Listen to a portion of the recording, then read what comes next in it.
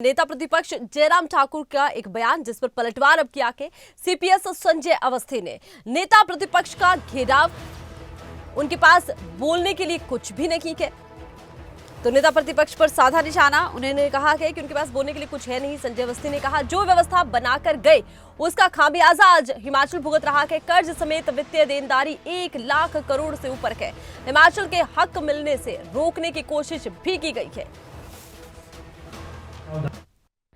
उनके पास कहने को कुछ भी नहीं है और जिस तरह की व्यवस्था वो बना कर गए, आपने देखा कि किस तरह से आनन फानन में चुनाव से कुछ समय पूर्व, कुछ दिनों पूर्व जो है उन्होंने घोषणाएं करी। बहुत से संस्थान खोले गए, ऐसे संस्थान खोल दिए गए जिसके लिए कोई बजट का प्रावधान नहीं था, पोस्ट क्रिएशन नहीं की गई, फाइनेंस से मंजूरी लेनी होती है, और आधे अधूरे संस्थान जो है वो घोषणा करके मात्र भ्रमित किया उन्होंने, प्रदेश की जनता को ठगा। और उसके बाद जब सरकार बदली, जनादेश कांग्रेस को मिला, प्रदेश में सरकार कांग्रेस पार्टी की बनी और माननीय मुख्यमंत्री जी ठाकुर सुखविंदर सिंह सुक्खू के नेतृत्व में आगे जो हमारी अपनी जो योजनाएं, नई योजनाएं हमने जनहित की जो लाई, बजट सेशन में आपने देखा कि जो फोकस था वो हमारा फोकस था रेवेन्यू जनरेशन पर, और ख़ास तौर पर जो हमारे शिक्षित युवा बेरोजगार हैं उनको रोजगार के साधन सृजित करने की योजनाएं थी। चलिए, बहुत ज्यादा जानकारी के लिए खबरें अभी तक के शिमला ब्यूरो प्रदीप ठाकुर का रुख करते हैं। प्रदीप, देखिए, एक तरफ तो लगातार हम देख रहे हैं कि कांग्रेस को बीजेपी घेर रखी है, इधर बीजेपी ने पिछली सरकार को अब घेरा के।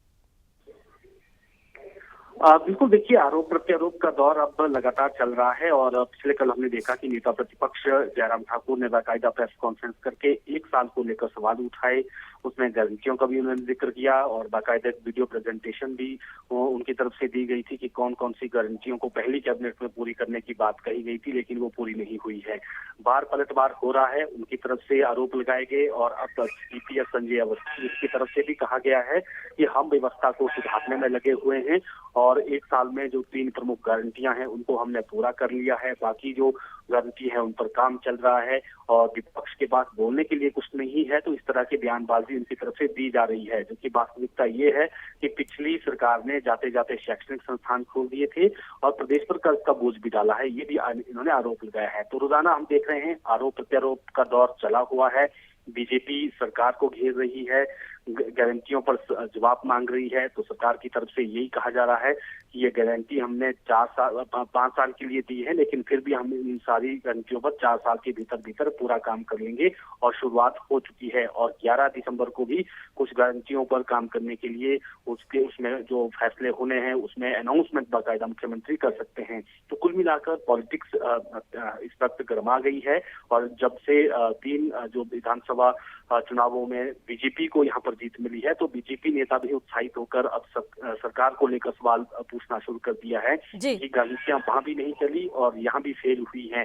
तो दूसरी तरफ कांग्रेस की बात करें तो अपने 1 साल के कार्यकाल में जो काम हुए हैं उनको गिनाया जा रहा है। सुखाश्रय योजना की यहाँ पर बात की जा रही है, स्टार्टअप फंड की बात हो रही है, इलेक्ट्रिक वाहनों के लिए, युवाओं के लिए जो रोजगार के प्रावधान उसमें किए गए हैं। तो ये तमाम चीजें अपने अपनी बातें यहाँ पर कही जा रही है। तो हम कह सकते हैं कि लोकसभा चुनाव से पहले जिस तरह से ये मुद्दे अब बाहर निकल कर आ रहे हैं, तो इतना मानकर चल सकते हैं कि लोकसभा चुनाव के वक्त ये बड़े मुद्दे होंगे और इससे ज्यादा माहौल गर्माता हुआ हम विधानसभा सत्र जो 19 दिसंबर से हो रहा है उसमें हम इन्हीं मुद्दों को लेकर सरकार और विपक्ष को आमने सामने देखेंगे। जी।